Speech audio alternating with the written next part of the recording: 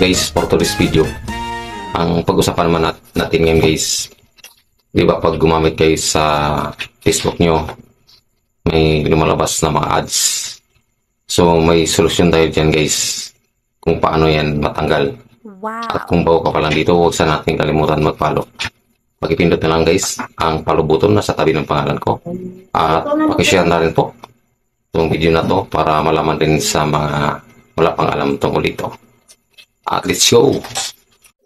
Guys, itap lang natin tong Facebook.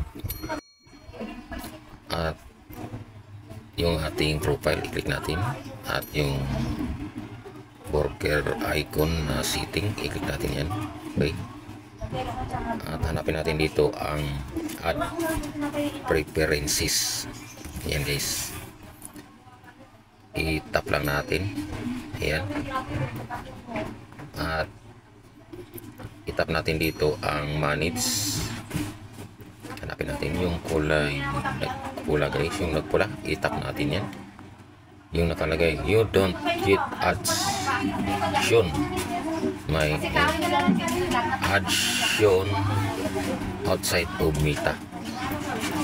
Yan dapat naka-off yan guys. Kasi yan ang dahilan na maraming ads na lumabas sa ating Facebook tuwing tayo ay gumamit ng ating Facebook apps. Wow.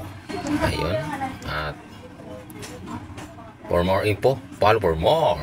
Thank you so much for watching. Babu!